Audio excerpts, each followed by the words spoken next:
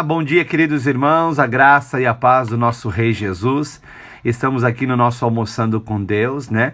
Hoje, no dia de sábado, num caráter um pouco mais descontraído, né? Não tanto informal, e com o objetivo de trazer esperança, fé ao seu coração, né? O nosso slogan é de pé, em fé, contra o vírus, né? Nós venceremos essa calamidade que está assolando o mundo, né?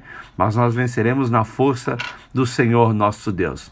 Bom dia a todos vocês que já entraram, e eu sei que nós vamos dividir daqui a pouquinho aqui a palavra de Deus para trazer edificação espiritual para todos nós. Mas antes de passar a palavra de Deus, de trazer a edificação espiritual, tem as boas notícias da terra que a gente sempre informa aqui. E eu estava ouvindo um médico a respeito de imunidade, né? Uma das armas que nós devemos usar para combater o Covid é justamente aquilo que Deus criou.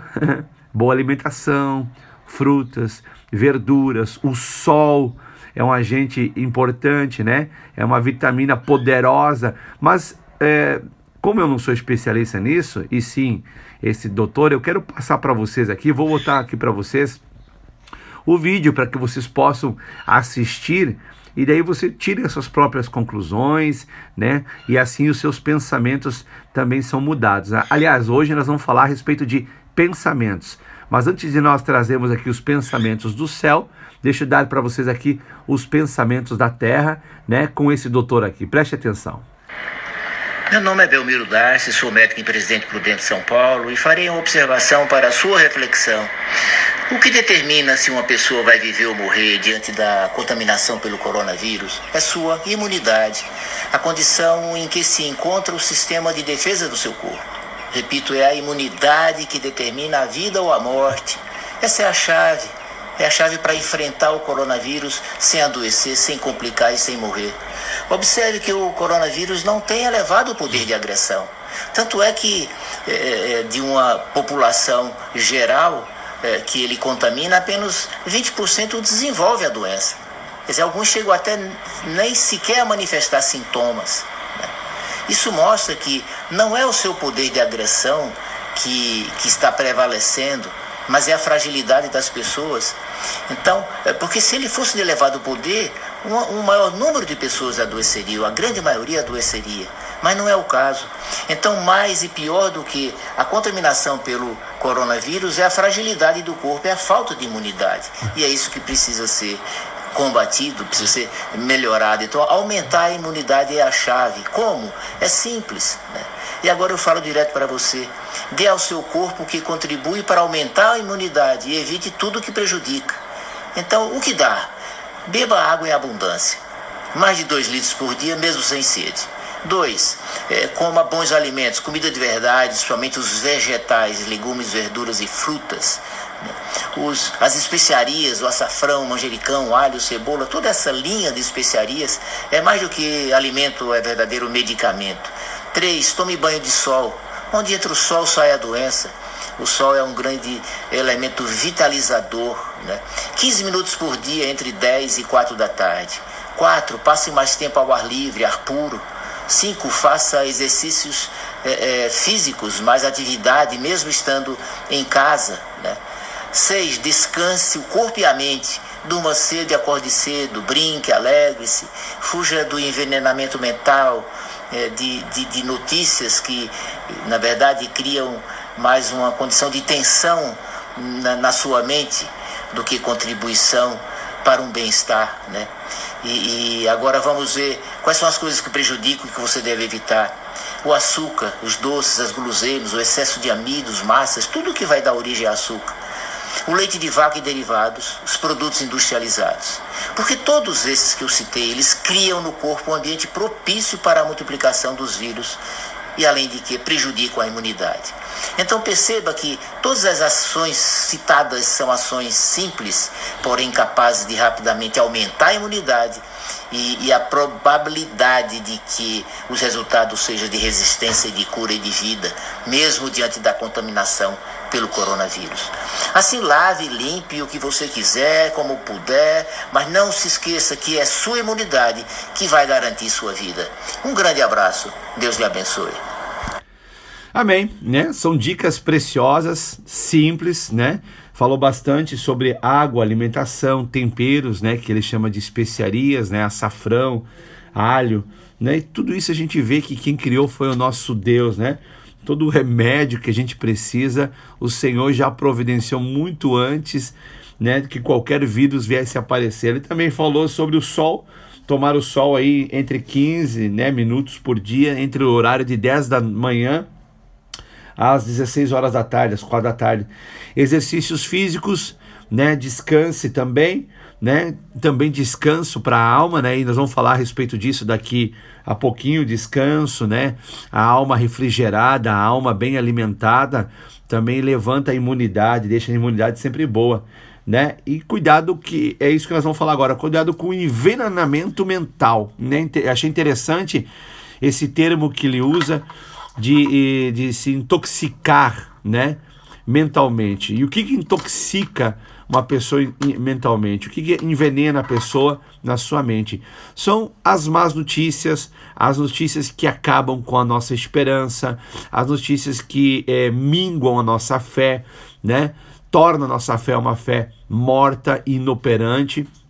Isso nos traz destruição, né? E sobre isso que quero compartilhar aqui com vocês a respeito dos nossos pensamentos, porque é nos nossos pensamentos que acontecem toda a movimentação das nossas atividades, atitudes, escolhas, decisões, aonde encontra-se primeiramente é nos nossos pensamentos, aquilo que está formulado dentro de nós, né? E cada um de nós tem o seu histórico de vida, que aprendemos, o que sabemos e o conjunto daquilo que nós devemos, aquilo que nós pensamos é um conjunto do que aprendemos com os pais, com a sociedade, com a escola, né? E estamos aprendendo, na verdade, sempre estamos aprendendo e desconstruindo parte daquilo que pensávamos que era verdadeiro, e ao conhecer realmente a verdade, a gente destrói aquilo que pensávamos que era verdadeiro para pensar a respeito daquilo que é correto. E falando sobre pensamentos, eu não posso falar sem citar um versículo aqui que ele é a chave, né? Que fala sobre pensamentos, Deus falando sobre pensamentos, que se encontra lá em Isaías, capítulo 55, versículo de número 9. Diz assim: porque assim como os céus são mais altos do que a terra, assim são os meus caminhos mais altos que os vossos caminhos, e os meus pensamentos mais alto que os vossos pensamentos. Então, os pensamentos do Senhor, eles são muito mais altos que os nossos pensamentos. E está aqui porque o objetivo do Senhor Deus é cuidar, né, além de orientar os homens santos do passado a escreverem a sua vontade, e o cuidado de Deus para com a sua palavra, né? Que nós chamamos de Bíblia, alguns chamam de escrituras sagradas, né? Mas a Bíblia, as sagradas escrituras, é a expressão da vontade de Deus impressa, para que a gente, ao conhecê-la, nós tenhamos a vida, os pensamentos mais altos que nela estão contidos. Os pensamentos de Deus, que são mais altos que os nossos pensamentos, elas estão todas elas na Bíblia, na palavra de Deus. Claro que para que a gente venha extrair o melhor que ela tem para nós, né, a interpretação humana simplesmente não resolve. A Bíblia é um livro espiritual, e por ser um livro espiritual, nós precisamos do Espírito de Deus para nos dar iluminação sobre aquilo que Deus está falando, muitas das vezes de forma intimamente com a gente, ou numa situação com a sociedade, ou numa situação de nação, enfim. Tudo aquilo que a gente precisa como ser humano, como homem, mulheres de Deus, está na palavra de Deus. As suas respostas, né, aos questionamentos, a cura, a libertação, né, a esperança, a fé, estão todas elas contidas na palavra de Deus. Mas precisa haver a orientação, a direção do Santo Espírito de Deus para a iluminação daquilo que Deus quer falar intimamente com cada um de nós. Porque se for ao contrário, se não houver a direção do Espírito de Deus, vamos cair, obviamente, no erro de fazer uma interpretação simplesmente humana, terrena, e não entender aquilo que Deus quer falar conosco, né? Mas vamos aqui absorver alguns pensamentos que a Bíblia nos orienta a ter sobre os nossos pensamentos, né? Nós estamos falando sobre pensamentos, então vamos ler alguns versículos do que a Bíblia nos orienta de como proceder com os nossos pensamentos. Eu escolhi aqui, porque muitos versículos, é bastante, mas escolhi aqui Colossenses, capítulo de número 3, o versículo 1 diz assim: portanto, se já ressuscitaste com Cristo, buscai as coisas que são de cima, onde Cristo está assentado à destra de Deus. É interessante aqui, nesse primeiro versículo, que nós percebemos que aqui a figura de duas pessoas, Cristo e Deus, né? Cristo está assentado à destra do Todo-Poderoso. Nós sabemos que a Trindade é 3 em 1, né? Mas nós percebemos aqui a figura de Deus Pai, ele é o maior, e seu Filho Jesus que assentou à destra de Deus. Em uma outra carta de Efésios fala que nós, cristãos, estamos assentados em Cristo à destra do Todo-Poderoso. Nós temos agora uma posição espiritual. Nós temos agora, há uma diferenciação do que nós éramos outrora. Outrora nós éramos escravos do pecado, nós éramos dominados pelo príncipe dessa terra, né, desse século, que é Satanás, um espírito que traz destruição, que mata, que rouba. Mas hoje nós temos a influência e o domínio, pelo menos é para nós deixar o domínio do Espírito Santo ser exercido sobre as nossas vidas. E assim nós começaremos a transformar os pensamentos que outrora nós pensávamos que era correto, porque, né, na sinceridade de cada um de nós aprendemos do jeito que foi nos ensinado, mas nem tudo que foi nos ensinado é princípios de Deus, né? Então nós vamos construindo e desconstruindo alguns pensamentos errôneos, não através de outros conhecimentos humanos, o que seria, desculpa a expressão aqui, uma ingenuidade, para não dizer uma burrice nossa. Se um pensamento humano eu percebi que é errôneo, o que vai me garantir que um outro pensamento de um outro pensador humano é o correto? Então, por isso que nós devemos nos ater àquilo que a Escritura diz para nós, porque o pensamento correto é aquele que nos criou, aquele que formulou o seu cérebro, né, os seus neurônios, é o Senhor Deus, e Ele deixou os seus pensamentos. Então, aqui nós percebemos aqui no Colossenses capítulo 3, agora no versículo 2, diz assim, ó: pensai nas coisas que são de cima, e não nas coisas que são da terra. Pensai nas coisas celestiais. Amar as coisas celestiais. Quando nós pensamos nas coisas eternas, nas coisas celestiais, né, nós vamos amar as coisas do céu. Vamos nos ocupar com as coisas que são do alto. Não está dizendo aqui que é para pensar somente nas coisas celestiais, mas está dizendo aqui que nós devemos dar uma prioridade, sim, para as coisas celestiais. Afinal de contas, as coisas celestiais que são eternas, né, que não vão mudar. As coisas terrenas, elas são passageiras. A Bíblia aponta isso, que nós aqui na terra somos peregrinos e forasteiros, nós estamos de passagem, né? Então nós não devemos nos apegar e vigiar os nossos pensamentos para que o nosso coração não fique amargurado, raivoso, irado, né? Cheio de cólera pelos acontecimentos da terra, que, diga-se de passagem, parece que a cada dia que passa só se intensifica, né, o aborrecimento com as coisas da terra. Mas nós, como cristãos, nós recebemos a mente de Jesus Cristo. Então, a mente de Jesus precisa dominar sobre a nossa mente.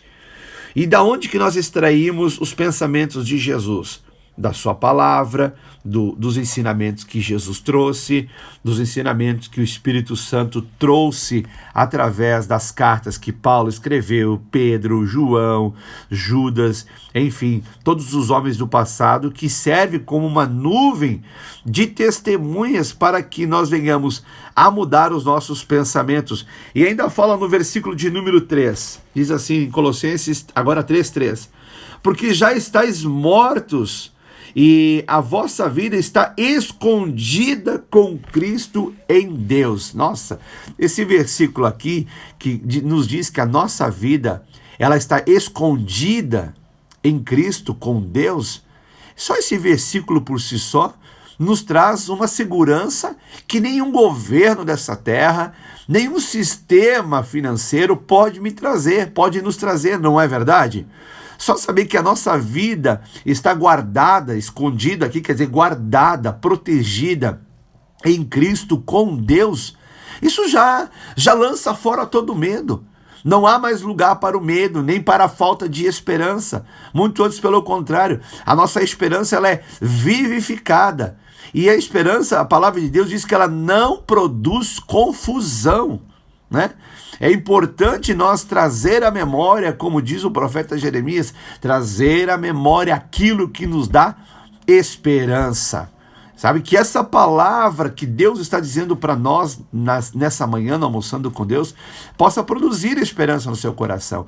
Que a sua vida, ela está guardada em Cristo com Deus. Então, tem melhor proteção do que essa?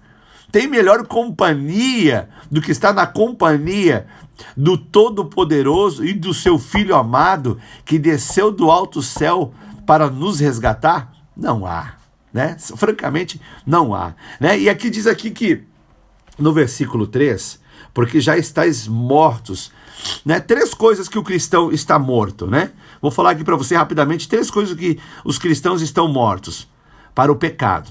Nós estamos mortos para o pecado. Vou abrir aqui o versículo de 1 Pedro, capítulo de número 2, que traz esse esclarecimento assim, muito bom, vai trazer edificação, esperança e fé ao seu coração.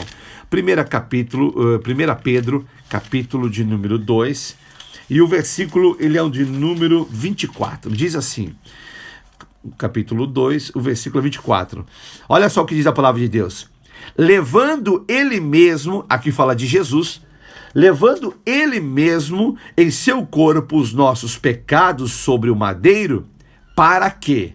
Para quê? Mortos para os pecados, pudéssemos viver para a justiça, e pelas suas feridas fomos sarados. Nós estamos mortos para o pecado, para os pecados, porque agora nós vivemos a justiça de Deus que é em Cristo Jesus. Por essa razão que Paulo em muitas cartas escreve aos santos, né? Paulo não estava escrevendo a um pedaço de pau, de madeira lá, de gesso, né? Como muitos pensam que aquilo ali é santo. Não, Paulo estava escrevendo a pessoas que foram lavadas pelo sangue de Cristo, e então agora eles estão na qualificação, né? Segundo Deus, de santos. Agora, santo quer dizer que não erra mais, não peca? De maneira nenhuma. Santo é aquele que quando erra, quando peca, se limpa, né? Se lava, né?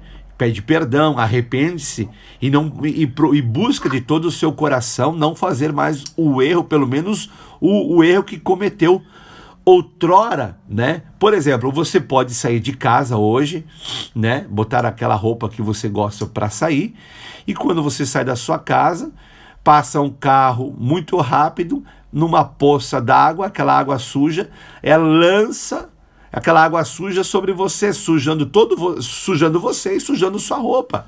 O que você faz? Você prossegue com um passeio todo sujo, roupa suja? Não, né? Você entra para dentro de casa, troca de roupa, toma um banho, limpa-se e sai novamente. Então é assim que os santos de Deus devem proceder. Quando acontecer algum erro cometido, né, por nós devemos nos arrepender, pedir perdão e seguir em frente, porque nós estamos livres do pecado, mortos para o pecado. Outra coisa que os cristãos estão mortos para a lei, né? Vou ler aqui com vocês Gálatas, capítulo de número 2, o versículo de número 19. Deixa eu abrir aqui, Gálatas, capítulo de número 2, e o versículo é de número 19. Porque eu, pela lei, estou morto para a lei. Porque eu, pela lei, estou morto para a lei, para viver para Deus. Nós vivemos para Deus. Pela lei nós estamos mortos para a lei. Ou seja, não há qualquer possibilidade de nenhum ser humano no face da terra cumprir com as leis de Deus. Deus providenciou aquele que cumprisse com toda a sua lei, a saber, o nosso Jesus. E nele, em Jesus, nós vivemos para Deus. É exatamente isso que o versículo está nos explanando. Qual outra coisa que os cristãos estão mortos? Para os rudimentos do mundo, para a estrutura desse mundo, né? Colossenses capítulo 2, versículo 20, vou ler aqui rapidamente. Se, pois, estáis mortos com Cristo, quanto aos rudimentos do mundo, porque vos carregam ainda as ordenanças como se vivesse no mundo. Nós apenas vivemos no mundo, né? Jesus orou assim: Senhor, eu não oro para que os tire do mundo, mas que o livre de todo mal, guarda-os. Nós não estamos mais vivos para os rudimentos desse mundo. Ou seja, toda ordenança do mundo que é contrária à palavra de Deus, você não tem que obedecê-la. A prioridade, a primazia é a palavra de Deus. Se toda a lei que o homem faz, né? Muitas leis são inventadas para, né, o bel prazer ou para o seu próprio benefício. Infelizmente existe esse tipo de situação, mas nós como cristãos devemos obedecer acima de tudo a lei de Deus. E qualquer lei na terra que contraria a vontade de Deus, nós estamos inocentes perante Deus se nós desobedecê-la, porque a lei de Deus, ela tem a primazia. Então nada daquilo que venha ferir a nossa fé, nossa maneira de nos expressar, o nosso falar, nosso crer, Foi assim com o irmão Daniel. Daniel, no passado, os caras se levantaram contra o Daniel, querendo derrubar o Daniel. Daniel era um dos presidentes ali da Babilônia. Havia 3 presidentes na Babilônia, fora, né, o supremo ali, que era o imperador ali, o rei ali, que era o Ciro, se eu não me engano. Ou o Dário, né? Posso estar equivocado num dos reis. Mas enfim, aqui o que eles tentaram fazer com Daniel? Daniel se destacava entre os presidentes, os sátrapas, né, que eram um tipo de governadores ou prefeitos. Mas Daniel se destacava de uma maneira tal que despertou inveja, né, coisa maligna no coração dos outros. Então eles bolaram um esquema, né, bolaram ali uma situação para derrubar Daniel, né? Então eles procuraram na lei dos homens se ele poderia derrubar Daniel. Não conseguiram. Daniel obedecia às leis ali do Império da Babilônia.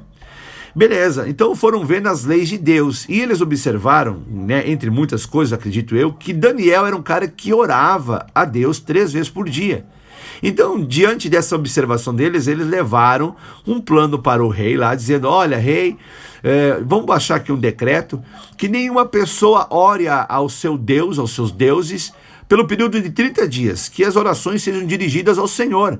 E o rei achou aquilo maravilhoso, né? Tipo assim, mexeu com o ego do cara, né? Inflamou o ego do cara e se tem uma coisa que derruba qualquer homem, qualquer mulher, né? É a arrogância, é a prepotência, né? A Bíblia fala sobre isso, que o orgulho ele precede a ruína, né? E aí foi baixado o decreto e o Daniel, ele ficou sabendo do decreto agora oficial no reino da Babilônia. Era um decreto, uma lei oficial da terra que foi estabelecida. Ele tomou conhecimento da lei, essa nova lei, mas ele não mudou o seu procedimento com as coisas do céu. Ele entrou em casa e a Bíblia diz que ele orou ao Senhor da mesma maneira como ele sempre fazia, né? Creio eu sim, dirigido pelo Santo Espírito de Deus, janela aberta e com direção para Jerusalém, e ele orou. E aí foi aonde os caras achavam que tinham pegado o Daniel, né? Vamos lá e denunciar o Daniel, porque ele não está obedecendo agora a lei do rei aqui da Babilônia. E levaram isso para o rei e teve que ser cumprido o dito do rei, jogaram ele na cova dos leões, e qual que foi a surpresa? Deus o livrou dentro da cova dos leões. Os leões não devoraram ao Daniel, né? A gente sabe da história, o rei ficou muito penalizado porque ele gostava do Daniel, não dormiu. Quem não dormiu foi o rei, né? Acredito que Daniel deve ter dormido ali, deve ter descansado, porque quem está nas mãos do Senhor consegue descansar, amém? E eu penso que nós fazendo esse tipo de reflexão, os pensamentos de Deus vão dominando os nossos pensamentos e vão trocando. E o Daniel foi salvo, né? Para concluir aqui a história do Daniel, ele teve esse testemunho de vitória.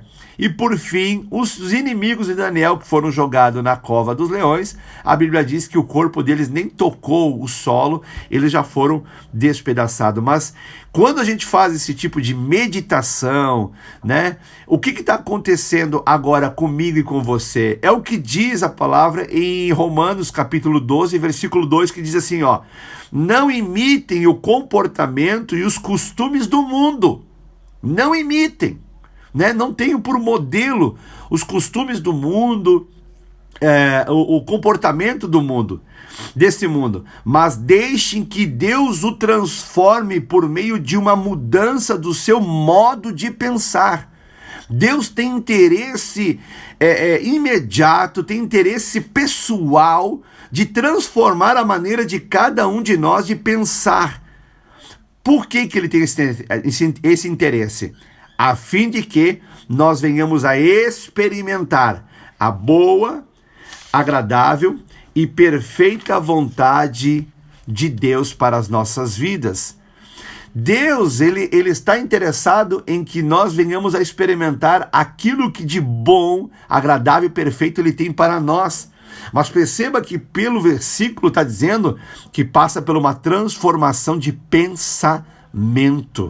Os pensamentos de Deus. Ainda diz assim, em outro versículo aqui para a nossa edificação, Filipenses 4:8. Por fim, irmãos, quero lhes dizer mais uma coisa.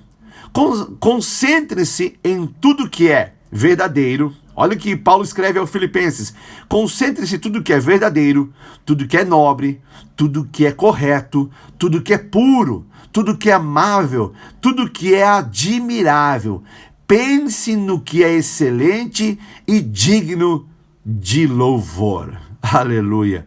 Que palavra que nos edifica. Perceba que a qualidade de vida como filhos de Deus, ela vai melhorar nesse plano terreno a partir da transformação do nosso pensamento.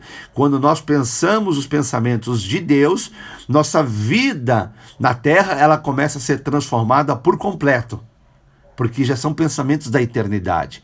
Então, quando nós chegar na eternidade com o Senhor, nós não vamos ter assim muitas surpresas, porque nós já estaremos pensando como o Pai pensa.